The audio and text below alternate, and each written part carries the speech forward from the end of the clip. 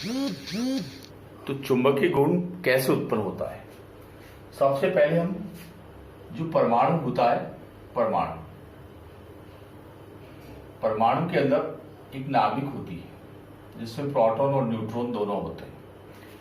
इसके बाहर ये कक्षाएं होती है, ये कोष होते हैं। इस कोष में क्या होता है? इलेक्ट्रॉन होते हैं जो नाभिक के चारों ओर परिक्रमा करते हैं। तो किसी भी परमाणु के अंदर या किसी तत्व या ठोस पदार्थ के में जो चुंबकीय गुण उत्पन्न होंगे उसके दो कारण होते हैं चुंबकीय आघूर्ण। पहला होता है कक्षीय चुंबकीय आघूर्ण, कक्षीय चुंबकीय आघूर्ण पहला ये होता है जिसको हम म्यू एल से प्रदर्शित करते हैं। ये किस कारण से होता है? कक्षा में इलेक्ट्रॉन की गति के कारण उत्पन्न होगा। पहला जो कक्षीय चुंबकीय आघूर्ण जो उत्पन्न होगा वो इलेक्ट्रॉन की गति के कारण उत्पन्न होता है जो कक्षा में इलेक्ट्रॉन गति करते हैं। दूसरा क्या है? चक्रण चुंबकीय आघूर्ण, चक्रण चुंबकीय आघूर्ण ये किस कारण से होता है? इलेक्ट्रॉन की स्पिन और चक्रण के कारण। तो हमने 11वीं क्लास में इलेक्ट्रॉनिक विन्यास पढ़ा था कि इलेक्ट्रॉन का चक्रण दो प्रकार से होता है। एक होता है दक्षिणावर्त और दूसरा होता है वामावर्त। दक्षिणावर्त का मतलब घड़ी की सुई की दिशा के साथ ऐसे। वामावर्त होता है घड़ी की सुई की दिशा के विपरीत। तो जब किसी पदार्थ के अंदर, ठोस पदार्थ में या किसी में भी हम इन गुणों का अध्ययन करते हैं, चुंबकीय गुणों का अध्ययन, तो उस गुण में कि चुंबकीय गुण उत्पन्न कैसे होते हैं। तो चुंबकीय गुण उत्पन्न होने का मूल कारण क्या है कि इलेक्ट्रॉन जो कक्षा में परिक्रमा करते हैं उसके कारण चुंबकीय आघूर्ण उत्पन्न होता है जिसको हम कक्षीय चुंबकीय आघूर्ण म्यू एल प्रदर्शित करते हैं। दूसरा क्या है? कक्षा में इलेक्ट्रॉन की गति के कारण होता है। दूसरा क्या है? इलेक्ट्रॉन अपने अक्ष पर चक्रण करते हैं, स्पिन करते हैं। इलेक्ट्रॉन अपने चक्रण अक्ष पर क्या करते हैं? स्पिन करते हैं। तो स्पिन दो प्रकार का होगा। कौन सा? पहला दक्षिणावर्त घड़ी की सुई की दिशा के साथ, दूसरा वामावर्त जो घड़ी की सुई की दिशा के विपरीत होता है। तो इस तरह से हम इलेक्ट्रॉन जब अपने अक्ष पर चक्रण करते हैं तो चक्रण के कारण जो आघूर्ण उत्पन्न होगा उसको हम चक्रण चुंबकीय आघूर्ण कहते हैं। तो किसी भी पदार्थ का कुल चुंबकीय आघूर्ण इसको म्यू एस कहते हैं। तो म्यू एल और म्यू एस दोनों होते हैं। लेकिन जो भी पदार्थ, जो भी तत्व किस जालक बनाते हैं या जो पदार्थ आयनों के बने होते हैं या परमाणु से जुड़कर बनते हैं, उसमें क्या होता है? परमाणु के आपस में जुड़ने से जो सतह पर संयोजी में या संयोजी से नीचे जो इलेक्ट्रॉन उपस्थित होते हैं, जो परमाणु उपस्थित होते हैं, वो आपस में अंतःक्रिया करते हैं। उस अंतःक्रिया के कारण जो कक्षीय चुंबकीय आघूर्ण है ये नगण्य हो जाता है। कहने का अर्थ है म्यू एल का मान लगभग शून्य हो जाता है। क्यों? कि परमाणु की अनोन्य क्रिया के कारण ये प्रक्रिया उत्पन्न होती है जिससे कक्षीय चुंबकीय आघूर्ण क्या हो गया? शून्य हो गया। तो कक्षीय चुंबकीय आघूर्ण शून्य होने की वजह से हमारे पास चुंबकीय आघूर्ण किससे आएगा? केवल म्यू एस से आएगा। तो जब भी हमें किसी भी पदार्थ का चुंबकीय आघूर्ण ज्ञात करना होता है तब हम म्यू एस बराबर √n+2 ये सूत्र होता है। इसकी इकाई क्या होती है? बोर मैग्नेटॉन होती है,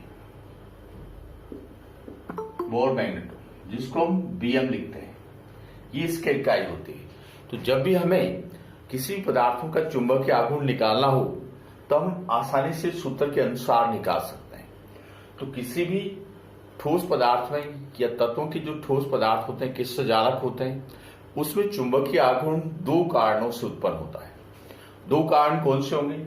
जब इलेक्ट्रॉन कक्षा में परिक्रमा करता है तब वो कक्षीय चुंबकीय आघूर्ण उत्पन्न करते हैं, जो इलेक्ट्रॉन की गति के कारण होता है। दूसरा क्या है, इलेक्ट्रॉन अपने अक्ष पर चक्रण करते हैं, स्पिन करते हैं।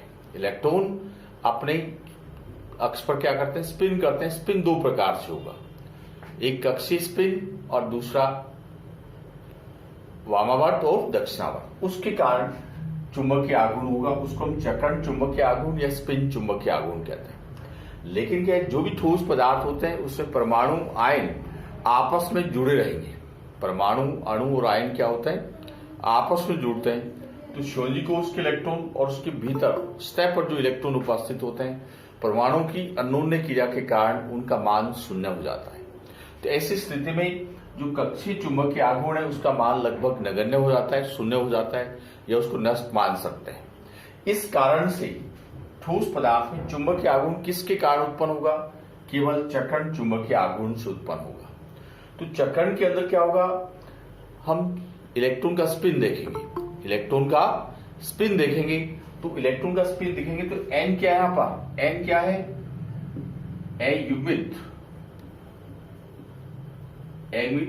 युग्मित इलेक्ट्रॉन की संख्या होती है। तो जब हम 8वां चैप्टर पढ़ेंगे उस प्रक्रिया के दौरान इसमें बहुत सारे चुंबकीय आघूर्ण निकालने होते हैं। तो चुंबकीय आघूर्ण कैसे निकालते हैं, इस सूत्र से निकालते हैं। तो जब हम डी ब्लॉक की स्टडी करते हैं या किसी पदार्थ का चुंबकीय आघूर्ण निकालना हो, तब हम इस चीज को व्यक्त करते हैं।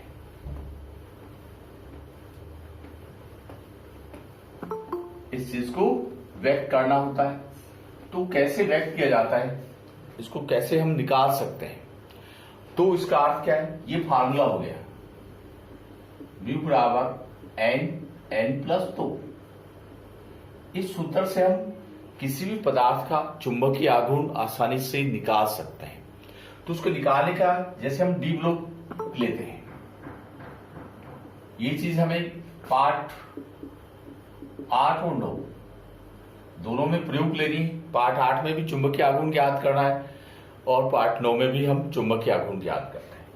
तो हमने डी ब्लॉक का विन्यास पढ़ा हुआ है, D0, D1, D2, D3, D4, D5, D6, D7, D8, D9 और D10। ये डी कक्षा का विन्यास होता है। तो डी कक्षा के विन्यास में एगमित इलेक्ट्रॉन की संख्या कैसे आएगी, एन का मान कैसे आएगा, इसमें 0 है तो यहां 0 आएगा, इसमें 1 है 1 आएगा, 2 है तो 2 आ गया, 3 है तो 3 आ गया, 4 है तो 4 आ गया, 5 है तो 5 आ गया।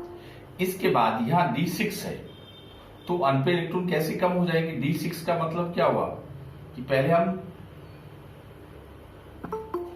हुंड पाउली अपवर्जन नियम वो सब पढ़ते हैं, तो उसमें इससे एक एक इलेक्ट्रॉन आ गया, 5 इलेक्ट्रॉन हो गए। ट्यू अधिकतम एगमित अवस्था का इलेक्ट्रॉन क्रम भरते हैं। अब 6 है तो यहां पर इलेक्ट्रॉन आ गया, 7 है तो यहां आ जाएगा। तो इससे यहां पर अनपेड इलेक्ट्रॉन की संख्या कितनी आएगी, 4 आएगी D6 में। D7 में कितनी आएगी, 3 आएगी। D8 में 2 आएगी, D9 में 1 आएगी, D10 में 0 आएगी। तो इस फार्मूले से हम आसानी से निकाल सकते हैं। n बराबर 0 है तो म्यू बराबर 0 आएगा। इस अवस्था में और इस अवस्था में दोनों में चुंबकीय आघूर्ण का मान क्या होगा, 0 होगा। जैसे Zn+2, कैडमियम +2, मरकरी +2, यहां D10 का विनाश होता है, तो यहां पर चुंबकीय आघूर्ण 0 होगा। अब D1 है तो म्यू बराबर 1 + 2 √3, 1.73 इसका मान आएगा। म्यू बराबर 2 + 2 √8, 2.89 आएगा। म्यू बराबर 3 + 2 √15, 3.90 आएगा। म्यू बराबर 4, n बराबर 4 + 2 √24, 4.89 आएगा। म्यू बराबर n बराबर 5 + 2 √35, तो 5.91 ये चुंबकीय आघूर्ण होता है जो हम निकाल सकते हैं। अब इसमें कोई भी उदाहरण ले सकते हैं, डी ब्लॉक का या किसी भी पदार्थ का उदाहरण हम प्रयोग में ले सकते हैं जहां पर हम इसको आसानी से चुंबकीय आघूर्ण को निकाल सकते हैं। तो कैसे उसमें होता है, जैसे मान लो ये क्रोमियम है +3, तो क्रोमियम में परमाणु क्रमांक 24 होता है। इसका इलेक्ट्रॉनिक विन्यास लिखेंगे तो आर्गन 3d5 4s1। इस अवस्था में, उदासीन अवस्था में इसके पास कुल 6 इलेक्ट्रॉन हो गए एकमित अवस्था में, तो उस 6 के अनुसार इसका चुंबकीय आघूर्ण ज्यादा होना चाहिए। लेकिन यहाँ +3 ऑक्सीकरण अवस्था है, तो इसमें क्या होगा, 3d3 रह जाएगा। एक इलेक्ट्रॉन 4s से जाएगा, 2 इलेक्ट्रॉन डी कक्षक से जाएंगे, तो इसमें क्या आ जाएगा, 3d3 का विनाश आ जाएगा। तो 3d3 आएगा, तो इसमें एकमित इलेक्ट्रॉन, अनपेयर्ड इलेक्ट्रॉन, एकमित इलेक्ट्रॉन की संख्या कितनी आएगी, 3 आएगी। 3 आएगी तो हम इस तरह से चुंबकीय आघूर्ण निकालते हैं। तो जब भी हमें पदार्थों का चुंबकीय आघूर्ण निकालना होगा तो हमें इलेक्ट्रॉनिक विन्यास देखना होता है। जैसे Mn+2, मैग्नीज का परमाणु क्रमांक 25 होता है, तो 3d5। अब इसमें 5 अनपेक्ट इलेक्ट्रॉन होंगे। आयरन है, इसका 26 होता है, 3d6 4s2। अब आयरन +2 लिखेंगे तो 3d6 रहेगा, आयरन +3 लिखेंगे तो 3d5 आएगा। इस तरह से हम डी कक्षक के विन्यास के आधार पर किसी भी तत्व का हम आसानी से क्या निकाल सकते हैं, चुंबकीय आघूर्ण निकाल सकते हैं। तो जब भी हम चुंबकीय आघूर्ण निकालते हैं तो चुंबकीय आघूर्ण इलेक्ट्रॉन के चक्रण के कारण, स्पिन के कारण उत्पन्न होता है, जिसमें इलेक्ट्रॉन एकमित अवस्था में होने चाहिए। यदि युग्मित अवस्था में होंगे तो एक दूसरे का चुंबकीय आघूर्ण एक दूसरे को निरस्त कर देते हैं। ऐसी स्थिति में जैसे जिंक है D10, इसमें इलेक्ट्रॉन स्पिन हो गए, दोनों का चक्रण विपरीत हो गया, एक वामावर्त और दूसरा दक्षिणावर्त, इसलिए इन सब का चुंबकीय आघूर्ण क्या आएगा, 0 आएगा। तो इस चुंबकीय गुण के आधार पर हम ठोस पदार्थों को 5 भागों में विभाजित करते हैं। इस चुंबकीय गुण के आधार पर, चुंबकीय गुण के आधार पर हम ठोस पदार्थों को 5 भागों में विभाजित करते हैं। तो 5 प्रकार कौन कौन से होते हैं? ठोस पदार्थों को हम 5 प्रकार से विभाजित करते हैं, तो वो चुंबकीय आघूर्ण के आधार पर क्या होगा, जैसे पहला होगा प्रतिचुंबकीय, ये प्रतिचुंबकीय होगा, पहला प्रकार है प्रतिचुंबकीय के रूप में। इसमें क्या है, ऐसे पदार्थों को हम बाहरी चुंबकीय क्षेत्र में रखते हैं, ये बाहरी चुंबकीय क्षेत्र है, इसमें रखते हैं तो चुंबकीय बरेखाएं प्रतिकर्षित होती हैं, चुंबकीय बरेखाएं प्रतिकर्षित होती हैं। कारण क्या है कि इसके अंदर जो इलेक्ट्रॉन चक्रण है, इलेक्ट्रॉन चक्रण वो इस प्रकार से होता है, ये इस प्रकार से इलेक्ट्रॉन चक्रण है। तो इसमें क्या होगा, इलेक्ट्रॉन एक दूसरे के प्रभाव को निरस्त कर देते हैं, विपरीत चक्रण में होते हैं, इस वजह से यहां युग्मित इलेक्ट्रॉन मिलेंगे। एक का चक्रण दक्षिणावर्त होगा, दूसरे का वामावर्त होगा। ऐसी स्थिति में चुंबक क्या होंगे, इलेक्ट्रॉन्स क्या होंगे, विपरीत चक्रण में युग्मित हो जाते हैं, तो इनका चुंबकीय आघूर्ण 0 मिलेगा। तो ऐसे पदार्थों का चुंबकीय आघूर्ण जो 0 होगा, उनके चुंबकीय आघूर्ण की दिशा, इन पदार्थों की चुंबकीय आघूर्ण की दिशा चुंबकीय क्षेत्र के समान होती है। तो ये चुंबकीय बलरेखाओं को क्या करते हैं, प्रतिकर्षित करते हैं। जैसे NaCl है, बेंजीन है, जिंक, कैडमियम, मरकरी, इस प्रकार के जो पदार्थ हैं, इनको हम प्रतिचुंबकीय श्रेणी में शामिल करते हैं। कारण कि जब इसको लिखना कैसे होता है, जब हम ऐसे पदार्थों को बाहरी चुंबकीय क्षेत्र में रखते हैं, जब हम ऐसे पदार्थों को बाहरी चुंबकीय क्षेत्र में रखते हैं तो चुंबकीय बरेखाएं प्रतिकर्षित होती हैं या प्रतिकर्षण करती हैं, क्योंकि ऐसे पदार्थों में इलेक्ट्रॉन विपरीत चक्रण में होते हैं तथा युग्मित होते हैं, विपरीत चक्रण में होते हैं तथा युग्मित होते हैं। तो विपरीत चक्रण और युग्मित होने के कारण उसमें चुंबकीय आघूर्ण एक दूसरे के प्रभाव को नष्ट कर देते हैं। विपरीत चक्रण होने के कारण दोनों अक्ष जो चक्रण है, दोनों का प्रभाव एक दूसरे के कारण निरस्त हो जाएगा, नष्ट हो जाएगा तो इस कारण इनमें चुंबकीय आघूर्ण शून्य होगा। लेकिन पदार्थों की चुंबकीय क्षेत्र की दिशा बाहरी चुंबकीय क्षेत्र की दिशा के समान होती है, जिसके कारण इसमें इलेक्ट्रॉन का प्रतिकर्षण, चुंबकीय बरेखाओं का प्रतिकर्षण होता है।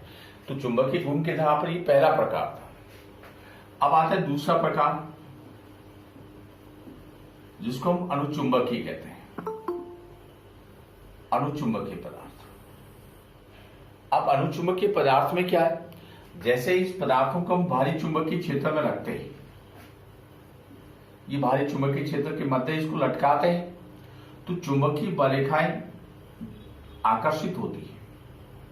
क्यों आकर्षित होती है चुंबकीय बरेखाएं? क्योंकि इसमें इलेक्ट्रॉन समानांतर चक्रण में होते हैं। उस समानांतर चक्रण के कारण अयुग्मित अवस्था में होता है। समानांतर चक्रण के कारण अयुग्मित अवस्था में, अनपेयर्ड अवस्था में होता है।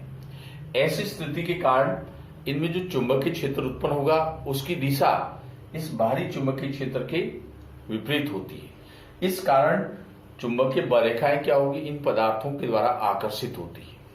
तो ऐसे पदार्थों में हम बहुत सारे पदार्थ जिसमें अयुग्मित इलेक्ट्रॉन होते हैं, O2, S2, chromium, manganese, copper, iron,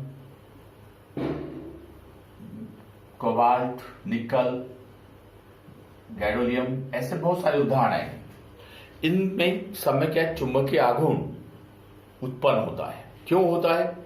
क्योंकि इसमें इलेक्ट्रॉन समानांतर चक्रण में होता है। इसको हम समानांतर चक्रण, संरेखण कह सकते हैं। समानांतर चक्रण, समानांतर चक्रण इसको बोलते हैं।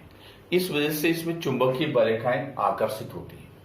तो जब इसमें कैसे लिखा जाता है, जब ऐसे पदार्थों को बाहरी चुंबकीय क्षेत्र में रखा जाता है, ऐसे पदार्थों को बाहरी चुंबकीय क्षेत्र में रखा जाता है, तो चुंबकीय बरेखाएं, चुंबकीय बरेखाएं एक दूसरे को क्या करती हैं, आकर्षित करती हैं। क्यों करती हैं?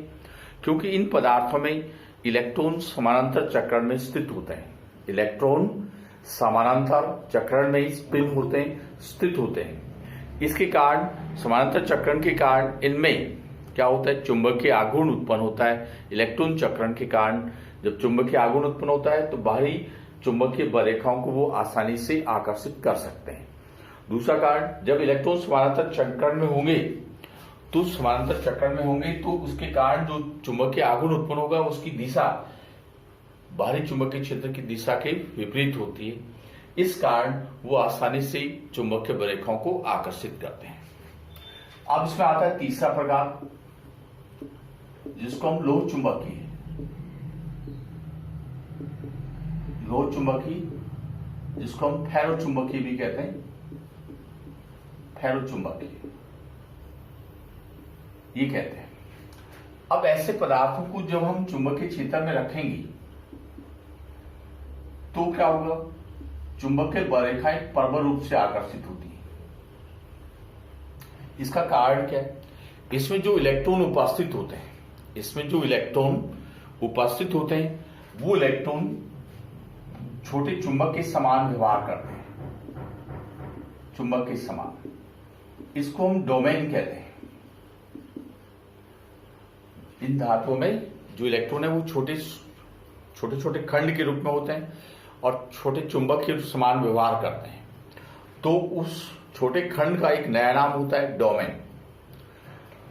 तो ऐसे पदार्थों को जब हम चुंबकीय क्षेत्र उपस्थित नहीं होता, ये क्षेत्र उपस्थित नहीं होता है, तो डोमेन क्या होता है, अव्यवस्थित क्रम में होते हैं। जैसे ही हम बाहरी चुंबकीय क्षेत्र लगाएंगे, बाहरी चुंबकीय क्षेत्र लगाएंगे तो बाहरी चुंबकीय क्षेत्र लगाने के कारण ये जो डोमेन है इनका समानांतर चक्रण होता है।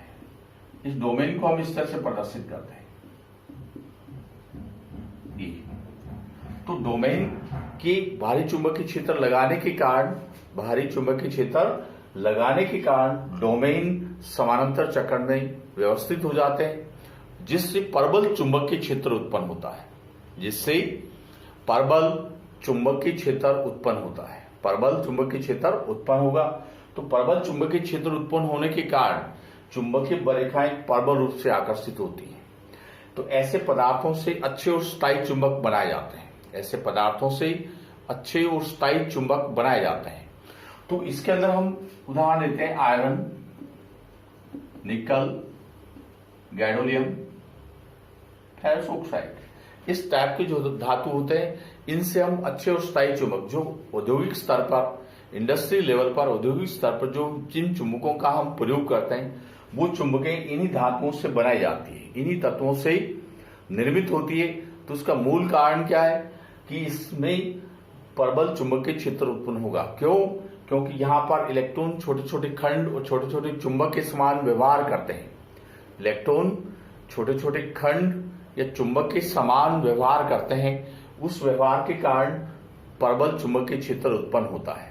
तो ऐसे तत्वों से हम प्रबल, अच्छे और स्थायी चुंबक बना सकते हैं, अच्छे और स्थायी चुंबक बना सकते हैं। इसलिए हम उसका आसानी से प्रयोग कर सकते हैं।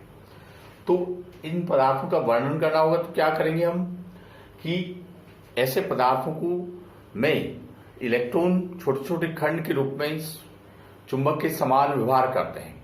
भारी चुंबकीय क्षेत्र की उपस्थिति में ये छोटे छोटे कण अव्यवस्थित क्रम में होते हैं, कोई क्रम निश्चित नहीं होता है, जिनको हम डोमेन कहते हैं। जब हम भारी चुंबकीय क्षेत्र इसमें लागू करते हैं तो डोमेन का विनाश समानांतर चक्रण में आ जाता है। डोमेन का विनाश समानांतर चक्रण में आता है और समानांतर चक्रण में आने के कारण उसमें प्रबल चुंबकीय क्षेत्र उत्पन्न होता है। प्रबल चुंबकीय क्षेत्र उत्पन्न होगा जिससे हम आसानी से उसको हम प्रदर्शित कर सकते हैं। प्रबल चुंबकीय क्षेत्र उत्पन्न होने के कारण इनसे अच्छे और स्थायी चुंबक बनाए जाते हैं। अब इसी का अगला भाग होता है, चौथा भाग, प्रतिलोह चुंबकीय। प्रतिलोह चुंबकीय। अब प्रतिलोह चुंबकीय का तात्पर्य क्या है? ऐसे पदार्थों को जब हम भारी चुंबकीय क्षेत्र में रखते हैं तो इनमें डोमेन का जो विनाश है वो विपरीत चक्रण में होता है, प्रति चुंबकीय के समान इस तरह से होता है। तो इनमें चुंबकीय आघूर्ण उत्पन्न नहीं होगा क्योंकि इस विनाश में कोई समानता होती, कोई अंतर नहीं होता। तो प्रतिलोह चुंबकीय पदार्थ वे होंगे जिसमें डोमेन का चक्रण विपरीत होता है या डोमेन विपरीत चक्रण में व्यवस्थित होते हैं। उस कारण उसमें चुंबकीय आघूर्ण उत्पन्न नहीं होगा। जब चुंबकीय आघूर्ण उत्पन्न नहीं होगा तब उसमें चुंबकत्व गुण नहीं पाए जाएंगे। ऐसे पदार्थों को हम प्रतिलोह चुंबकीय कहते हैं। इसमें हम उदाहरण देते हैं manganese oxide, manganese dioxide, Mn2O3, Cr2O3, इस प्रकार के उदाहरण इसमें आते हैं। अब इसके अंदर क्या है कि अगला लास्ट प्रकार होता है जिसको लघु लोह चुंबकीय या फेरिक चुंबकत्व इस नाम से जानते हैं। लघु लोह चुंबकीय या फेरिक चुंबकत्व के नाम से जानते हैं। तो इसके अंदर जो डोमेन है वो इस प्रकार से व्यवस्थित होते हैं कि उसमें कुछ चुंबकीय आघूर्ण उत्पन्न होता है, इस प्रकार का विनाश होता है, इस प्रकार का विनाश होता है। तो इसमें चुंबकीय आघूर्ण उत्पन्न होगा लेकिन कम होगा, दुर्बल चुंबकीय आघूर्ण उत्पन्न होगा। तो इससे हम अच्छे और स्थायी चुंबक नहीं बना सकते, अच्छे और स्थायी चुंबक नहीं बना सकते। तो जब ऐसे लघु लोह चुंबकीय पदार्थ जिसको फेरिक चुंबकत्व कहते हैं, इसमें डोमेन का चक्रण, डोमेन का की व्यवस्था या संरेखण इस प्रकार से होता है कि उसमें दुर्बल चुंबकीय आघूर्ण उत्पन्न होता है, उसमें दुर्बल चुंबकीय आघूर्ण उत्पन्न होता है। और वो दुर्बल चुंबकीय आघूर्ण उत्पन्न होने के कारण उससे अच्छे और स्थायी चुंबक नहीं बनाए जा सकते। इसमें हम उदाहरण देते हैं Fe3O4, MgFe2O4, ZnFe2O4, इस प्रकार के उदाहरण देते हैं। तो इससे से हम चुंबकीय गुण के आधार पर पदार्थों को 5 प्रकार से विभाजित करते हैं। ये पहले पार्ट में भी है, 8वें पार्ट में भी है, 9वें पार्ट में भी है और फिजिक्स के एक पार्ट में मिलेगा कि चुंबकीय गुण के आधार पर पदार्थ कितने प्रकार के होते हैं। तो कुल 5 प्रकार होते हैं। तो किसी भी ठोस पदार्थ में चुंबकीय आघूर्ण जो उत्पन्न होता है वो चुंबकीय आघूर्ण 2 कारणों से उत्पन्न होता है। एक कक्षीय चुंबकीय आघूर्ण जो इलेक्ट्रॉन की कक्षा में गति के कारण है, दूसरा वो जब इलेक्ट्रॉन अपने अक्ष पर चक्रण करते हैं उससे चक्रण चुंबकीय आघूर्ण उत्पन्न होता है। लेकिन क्या है कि जब परमाणु जो ठोस अवस्था के जालक होते हैं उसमें परमाणु या आयन एक दूसरे के साथ अन्योन्य क्रिया करते हैं, उस अन्योन्य क्रिया के कारण उसमें कक्षीय चुंबकीय आघूर्ण का मान क्या हो जाता है, शून्य हो जाता है या नगण्य हो जाता है। ऐसी स्थिति में उनमें चुंबकीय आघूर्ण किस पर निर्भर करता है, इलेक्ट्रॉन की चक्रण पर निर्भर करता है, जिसको हम सूत्र के द्वारा आसानी से निकाल सकते हैं, जिसकी इकाई बोर मैग्नेट्रॉन होती है। उसके बाद ठोस पदार्थों को चुंबकीय गुण के आधार पर 5 प्रकार से विभाजित करते हैं। प्रतिचुंबकीय पदार्थ वे होते हैं जिनको हम चुंबकीय क्षेत्र में रखेंगे तो चुंबकीय बलरेखाएं प्रतिकर्षित होती हैं। तो क्यों होती है, क्योंकि इसमें इलेक्ट्रॉन विपरीत चक्रण में व्यवस्थित होते हैं। इलेक्ट्रॉन विपरीत चक्रण में व्यवस्थित होते हैं, उस कारण उसमें चुंबकीय आघूर्ण उत्पन्न नहीं होता है। दोनों का चक्रण एक दूसरे के विपरीत होगा तो वो दोनों एक दूसरे के प्रभाव को क्या कर देते हैं, निरस्त कर देते हैं। दोनों एक दूसरे के प्रभाव को क्या कर देते हैं, निरस्त कर देते हैं। इस वजह से उसमें कक्षीय चुंबकीय आघूर्ण की मात्रा शून्य हो जाती है। तो जहां अयमित इलेक्ट्रॉन अनुपस्थित होंगे ऐसे सभी पदार्थों में कमरे के ताप पर प्रतिचुंबकीय गुण पाए जाते हैं। ऐसे पदार्थों को प्रतिचुंबकीय पदार्थ कहते हैं, ऐसे गुण को प्रतिचुंबकत्व कहते हैं। तो कमरे के ताप पर अधिकांश पदार्थों में ये गुण प्रतिचुंबकीय गुण पाया जाता है। दूसरा प्रकार हमने पढ़ा अनुचुंबकीय पदार्थ। तो अनुचुंबकीय पदार्थों को जब चुंबकीय क्षेत्र में रखते हैं तो चुंबकीय बलरेखाएं आकर्षित होती हैं, क्योंकि इसमें इलेक्ट्रॉन समानांतर चक्रण में व्यवस्थित होते हैं। क्योंकि इलेक्ट्रॉन इसमें समानांतर चक्रण में क्या होते हैं, व्यवस्थित होते हैं।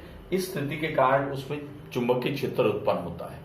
फिर तीसरा होता है लोह चुंबकीय पदार्थ, जिसमें इलेक्ट्रॉन छोटे छोटे खंड के रूप में चुंबक के समान व्यवहार करते हैं, जिसको डोमेन कहते हैं। तो भारी चुंबकीय क्षेत्र की अनुपस्थिति में ये डोमेन अव्यवस्थित क्रम में होते हैं। लेकिन जब हम बाहरी चुंबकीय क्षेत्र एक्सटर्नल मैग्नेटिक फोर्स जब क्षेत्र लगाते हैं, फील्ड लगाते हैं, क्षेत्र लगाएंगे तो डोमेन का समानांतर चक्रण हो जाएगा, जिससे प्रबल और स्थायी चुंबकीय गुण उत्पन्न होते हैं। इस वजह से इनसे अच्छे और स्थायी चुंबक बनाए जा सकते हैं। फिर प्रतिलोह चुंबकीय, इसमें डोमेन का विन्यास इस प्रकार से व्यवस्थित होता है कि वो विपरीत चक्रण में व्यवस्थित होते हैं, जिससे चुंबकीय आघूर्ण लगभग शून्य हो जाता है।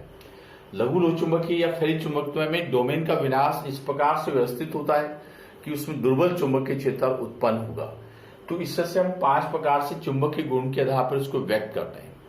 अब अनुचुंबकीय और इनमें क्या अंतर होता है, जब हम ताप या दाब बढ़ाते हैं, दाब बढ़ा दें या ताप बढ़ा दें, तो ये तीनों पदार्थ में इलेक्ट्रॉन का संरेखण होने के कारण, डोमेन का संरेखण होने के कारण ये अनुचुंबकीय में बदल जाएंगे। मतलब ठोसों के जो चुंबकीय गुण होते हैं उस पर ताप और दाब दोनों का प्रभाव लागू होता है। तो ताप और दाब दोनों को बढ़ाते हैं तो लोह चुंबकीय, प्रतिलोह चुंबकीय और लघु लोह चुंबकीय, इसमें इलेक्ट्रॉन का संरेखण, जिसको रैंडमनेस कहते हैं, यादक्षणीकरण कहते हैं, अव्यवस्था जो होती है उसको यादक्षणीकरण कहते हैं।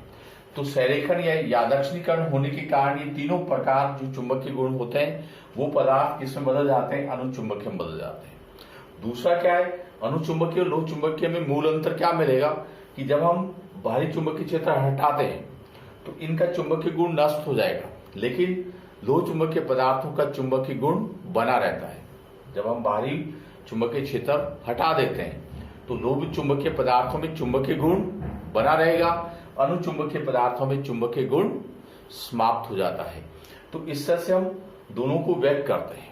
तो ठोस पदार्थों में इसमें प्रश्न क्या होता है कि कौन से पदार्थ हैं जिससे हम अच्छे और स्थायी चुंबक बना सकते हैं, क्यों बना सकते हैं। तो उसमें बताना होगा कि लोह चुंबकीय पदार्थों से हम अच्छे और स्थायी चुंबक बना सकते हैं। क्यों बना सकते हैं, क्योंकि इनमें डोमेन का विनाश, इनमें छोटे छोटे खंड चुंबक के रूप में इलेक्ट्रॉन कार्य करते हैं, जिसको हम डोमेन कहते हैं। बाहरी चुंबकीय क्षेत्र की अनुपस्थिति में डोमेन अव्यवस्थित क्रम में होते हैं, लेकिन जैसे हम बाहरी चुंबकीय क्षेत्र लागू करेंगे तो डोमेन का विनाश समानांतर चक्रण में आ जाएगा, और समानांतर चक्रण में आने के कारण उससे अच्छे और स्थायी प्रबल चुंबकीय क्षेत्र उत्पन्न होता है। स्थायी और प्रबल चुंबकीय क्षेत्र उत्पन्न होता है, जिस कारण हम उसमें अच्छे और स्थायी चुंबक बना सकते हैं। ऐसे चुंबकों का प्रयोग हम इंडस्ट्री में करते हैं, औद्योगिक स्तर पर करते हैं, तो वो चुंबक केवल इन्हीं पदार्थों से बनाए जा सकते हैं। ऐसे ही लघु लोह चुंबकीय पदार्थ से अच्छे और स्थायी चुंबक क्यों नहीं बनाए जा सकते? क्योंकि इसमें डोमेन का चक्रण या इस प्रकार से व्यवस्थित होते हैं कि दुर्बल चुंबकीय क्षेत्र मतलब चुंबकीय गुण नष्ट हो जाना चाहिए, लेकिन फिर भी कुछ विपरीत चक्रण में होते हैं, साथ में कुछ समानांतर चक्रण में होते हैं, इसलिए दुर्बल चुंबकीय क्षेत्र उत्पन्न हो जाएगा। इससे हम अच्छे और स्थायी चुंबक नहीं बना सकते। लेकिन प्रतिलोह चुंबकीय पदार्थों में डोमेन का संरेखण इस प्रकार से होता है कि वो विपरीत चक्र में स्थित हो जाते हैं, जिससे प्रबल चुंबकीय गुण उत्पन्न नहीं होते या चुंबकीय आघूर्ण उत्पन्न नहीं होता है। ऐसी स्थिति में उसको व्यक्त करते हैं। तो ये इसका प्रोसेस होता है कि चुंबकीय गुण के आधार पर हम पदार्थों को किस प्रकार से व्यक्त करते हैं। तो उसके कुल 5 प्रकार होते हैं।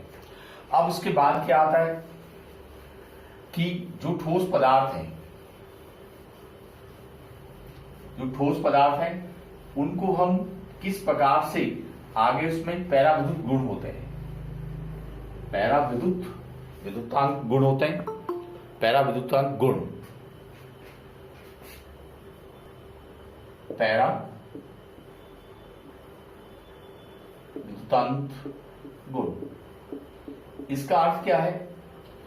पैरा मीन्स ताप होता है, पायरो कह सकते हो, पीजो कह सकते हो, पायरो भी बोलते हैं, पायरो विद्युत पदार्थ। इसका तात्पर्य क्या है कि जो ठोस पदार्थ होते हैं वो कम ताप पर उसमें चुंबकीय विद्युत ध्रुवणता नहीं होती, पॉजिटिव नेगेटिव पोल नहीं होते, द्विध्रुवीय गुण नहीं होते। लेकिन यदि हम इसमें ताप या दाब दोनों में परिवर्तन करते हैं, दोनों को बढ़ाते हैं, तो उसमें द्विध्रुवीय गुण उत्पन्न हो जाते हैं, मतलब धारा प्रवाहित होने लग जाती है। मतलब पदार्थों में जो द्विध्रुवीय पदार्थ होते हैं उसमें ध्रुवणता नहीं होती। ध्रुवणता का मतलब उसके अंदर विद्युत धारा प्रवाहित नहीं होती है। लेकिन जब हम ताप परिवर्तन करते हैं या दाब परिवर्तन करते हैं तो उस परिवर्तन के कारण उनमें क्या है, विद्युत धारा प्रवाहित होने लगती है, वोल्टता उत्पन्न हो जाती है, मतलब विद्युत विभव उत्पन्न होता है। ऐसे पदार्थों को हम पैराविद्युत ठोस पदार्थ या पायरो या पीजो विद्युत पदार्थ, पीजो भी बोलते हैं, पीजो विद्युत पदार्थ, ताप विद्युत ठोस, हिंदी में इसको बोलेंगे ताप विद्युत ठोस। एक होता है दाब विद्युत ठोस। तो इसमें ये गुण किस कारण से होता है? उसमें 3 कारणों से उत्पन्न होता है।